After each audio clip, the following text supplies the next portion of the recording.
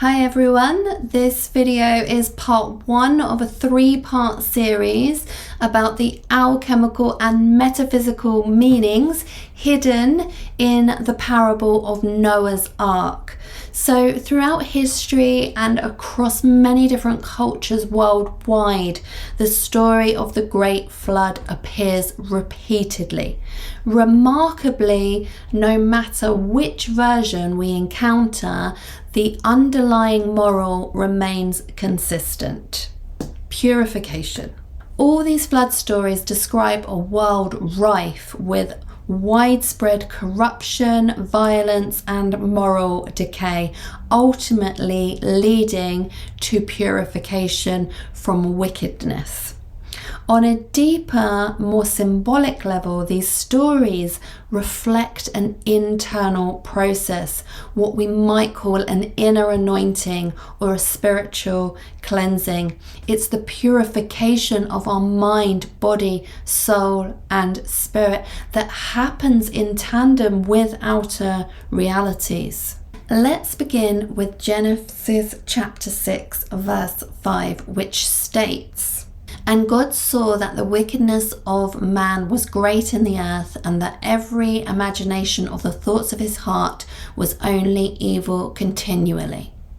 In this passage, man symbolizes our lower nature, the base instincts and unchecked desires of the ego. And the earth represents our physical body and our material consciousness, existing on the plane of duality. The imagination of the thoughts of his heart points to an unrestrained mind filled with illusion, known in Eastern philosophy as Maya, an illusion of reality, and signifies a mind that's just dominated by delusions and selfish desires. Evil continually emphasizes that our lower self or our egoic mind is in control, trapping the soul in a cycle of spiritual ignorance and reincarnation into lower realities. This verse describes what alchemists call the prima materia, the initial unrefined chaotic state that exists before transformation begins. Specifically, it corresponds with what's called nigredo, the black stage of alchemy, commonly known as the dark night of the soul, a state of impurity that requires purification. Next, Genesis 6:6 says, "And it repented the Lord that he had made man on the earth, and it grieved him in his heart." Here, the Lord represents our higher self, or the divine spark within each of us. The idea of God repenting suggests a recognition of imbalance, a call towards spiritual purification. Grieved at his heart symbolizes the internal conflict between our higher and lower natures, the divine within us witnessing the corruption of the soul, realizing the corruption of the soul, and yearning for restoration, healing, and harmony. This aligns with the alchemical process known as calcination, where impure aspects of the self are symbolically burned away. It also relates to dissolution, which is the breaking down of egoic attachments. Next, we have Genesis 6:7, which says, "And the Lord said, I will destroy man whom I have created from the face of the earth, both man and beast, and the creeping thing, and the fowls of the air, for it repenteth me that I have made them." The destruction of man symbolizes dissolving the ego, a necessary step toward higher consciousness. The animals here represent different aspects of our psyche. Beasts symbolize primal instincts and urges. Creeping things represent subconscious fears and doubts, things that we're sort of semi-aware of lurking there in our psyche. And fowls represent wandering thoughts and uncontrolled intellect, so the spiraling of mind when we just can't seem to stop thinking or rehashing something in our mind. This verse aligns with what's known as purification, an alchemical process where the old impure self and psyche is entirely dissolved and annihilated, which paves the way for rebirth, for surges of new ideas, new energy, clearing to come in and literally restore us on so many levels. Then comes Genesis 6:8. But Noah found grace in the eyes of the Lord. So Noah symbolizes the higher self, the purified aspect of the soul.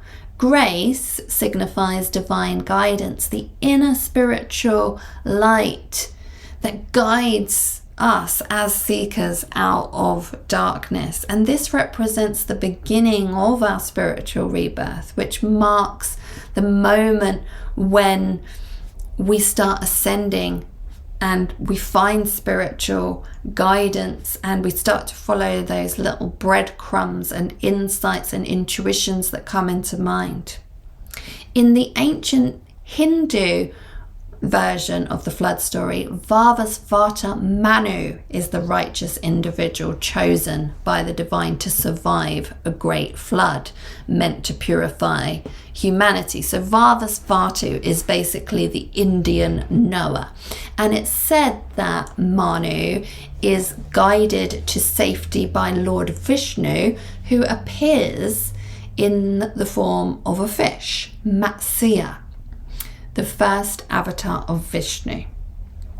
Matsya instructs Manu to build an ark and advises him to gather all living seeds, symbolizing the preservation of the divine seed, save seed, the inner essences of procreation that can be raised.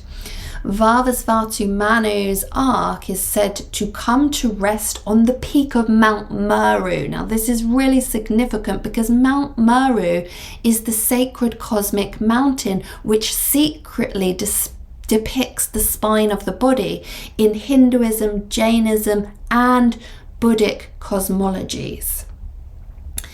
In both the macrocosm and the microcosm, Mount Meru represents the axis mundi, the connection between heaven and earth, symbolizing spiritual enlightenment and the ascent of consciousness along that vertical plane.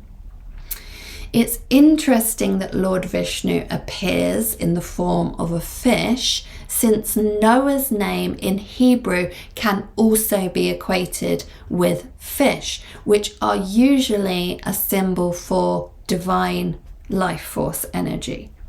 So in Hebrew, the name Noah is spelled Nun-Chet. Nun means fish. The pictograph of Nun is the fish, or energy, as fish meant energy. And Chet means life. So inside each of us, this life force energy, Noah, has dual potential. It can either manifest as procreative or as spiritual, meaning it can be used by the lower centers for procreation, or it can be consciously raised into our higher spiritual centers. Noah, therefore, symbolizes a hidden spiritual seed, the seed of the soul, the divine life force in the cells of the body. And of course, this lines up with the cell of life in the sacred secretion, the inner alchemy that we've talked about so many times. Noah represents the unblemished, the radiant aspect of our psyche, the divine spark that through spiritual practice can be fully awakened into mastery or even into an angelic state with what we've talked about, angelomorphism, in the Christmas alchemy series. Despite degenerative habits and thoughts that might corrupt us, this divine spark, this seed, Noah, the inner I am, must survive. It must be nurtured and raised beyond those lower impulses. So our thoughts, words, feelings, and deeds must align with our higher self in order for this purification to occur. And continuing on to Genesis 6:10, we read, "And Noah begat 3 sons, Shem, Ham, and Japheth." These 3 sons symbolize 3 distinct aspects or parts of the soul. Shem represents the spiritual aspects, so higher consciousness. Ham represents the lower carnal nature and passions, and Japheth symbolizes intellect or reason, which can be utilized to balance both of the previous aspects. In Gnostic traditions, these sons correspond to specific spiritual bodies or sheaths or layers of the body. Shem is the astral body, Ham is the mental body, and Japheth is the causal body, so the catalyst for change within, which has to do with epigenetics in modern science. These divisions are integral to building what's known as the solar body or arc of spiritual ascension. Genesis 6:14 clearly says, "Make thee an ark of gopher wood. Rooms shalt thou make in the ark, and shalt pitch it within and without pitch."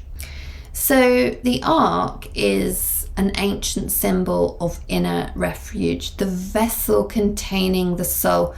The original Hebrew word for ark is tabor, which means chest, vessel, or casing, not literally boat.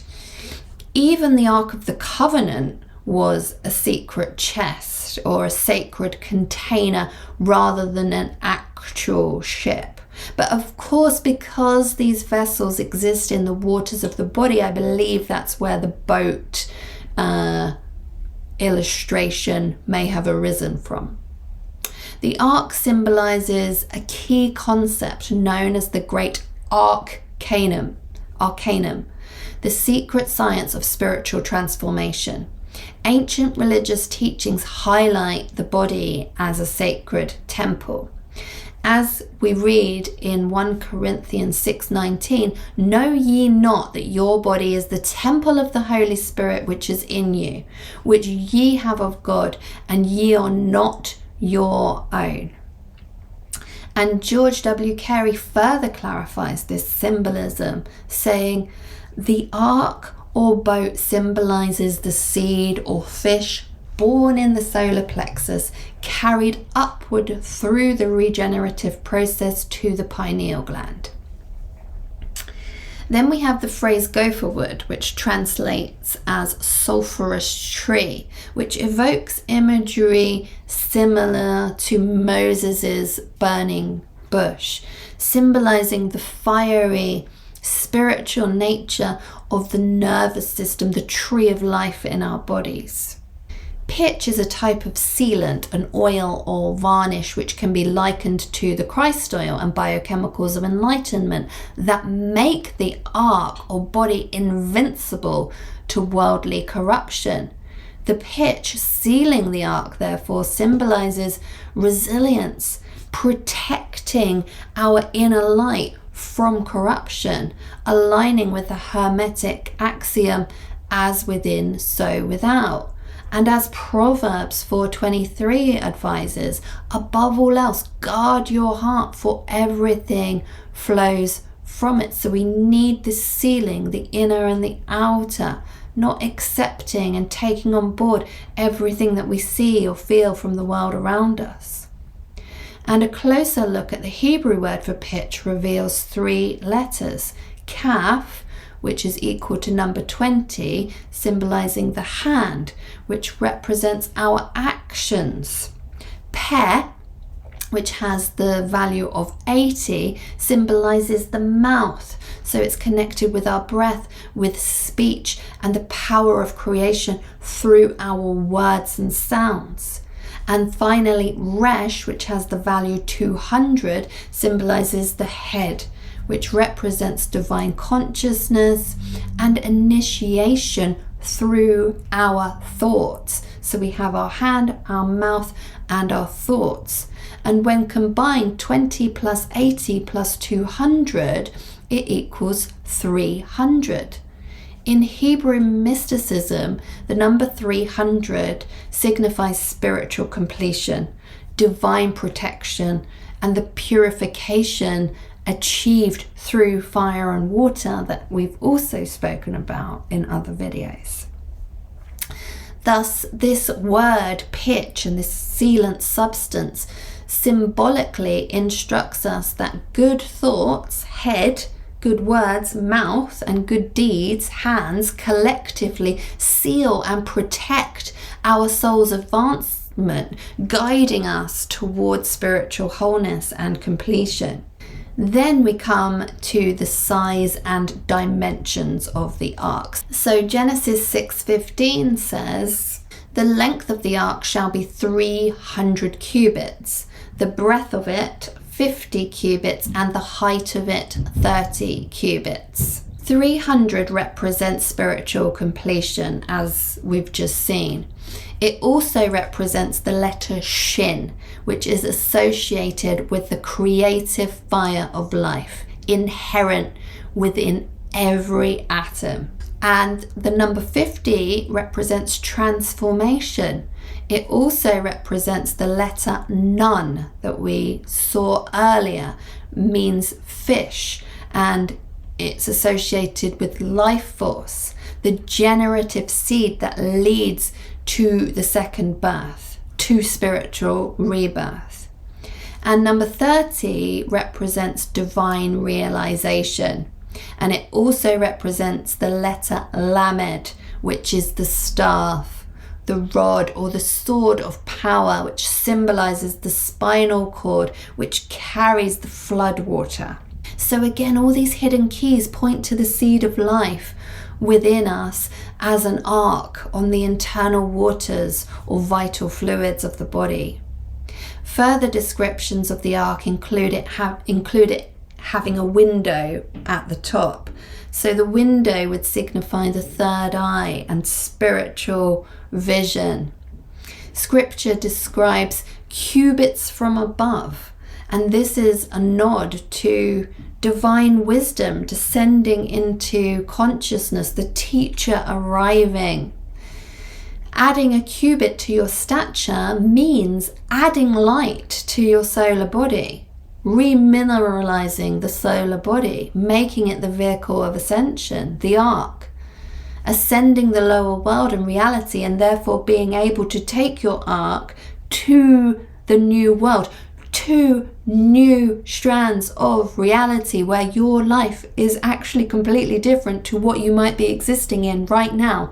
Yes, these manifestations are spoken about in these ancient scriptures, and this is what's possible for us, because as within, so without. So by changing our inner alchemical states, we also change our trajectory of life, of the things we see, feel, and behold in the world around us as well. Then Genesis 6:18 says, "But with thee will I establish my covenant, and thou shalt come into the ark, thou and thy sons and thy wife and thy sons' wives with thee."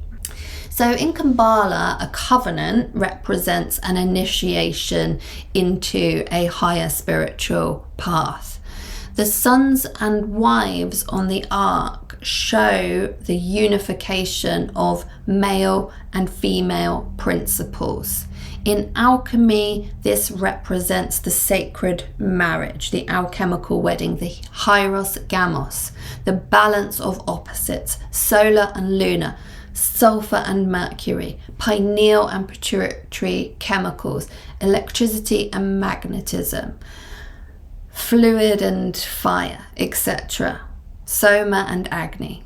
In Genesis 6:19, Noah is told, 2 of every sort shalt thou bring into the ark, to keep them alive with thee. They shall be male and female, which again highlights the union of opposites, heaven and earth, spirit and matter, sun and moon. These polarities must be brought into harmony to achieve spiritual completion. To keep them alive with thee suggests that in the process of transformation, the spiritual aspirant must integrate both the higher and lower aspects of self rather than trying to destroy any aspects of self. In Jungian psychology, this is known as shadow integration, uniting all the parts of psyche rather than denying our fears or our weaknesses or things that we're ashamed of. We learn to accept them as tools, as signposts, as guides to leading us on that spiritual path and that higher trajectory away from things that would bring us down. Genesis 6:20 goes on to say, of fowls after their kind, and of cattle after their kind, of every creeping thing of the earth after his kind, 2 of every sort shall come unto thee, to keep them alive. So this verse specifically refers to the 3 planes of existence, spiritual, mental, and physical. Fowls are birds of the air, symbolizing higher spiritual forces and divine intellect. Cattle, which are beasts of the field, represent earthly power, the power in the 3D realm, the material world, and the physical body.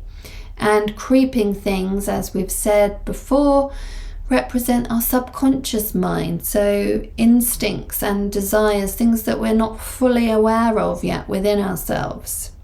And finally, Genesis 6:22 confirms Noah's obedience to divine will, highlighting the essential principle of alchemy, solve e coagula, dissolve and recombine, which is the essence of spiritual awakening. So I hope you enjoyed this video. Please like and share your comments and questions, and join me for part 2, where we continue to uncover deeper alchemical and metaphysical insights hidden within the parable of Noah's Ark. All the links to my books, courses, and resources are in the description box below. May divine love manifest itself in you all, always and in all ways. Namaste.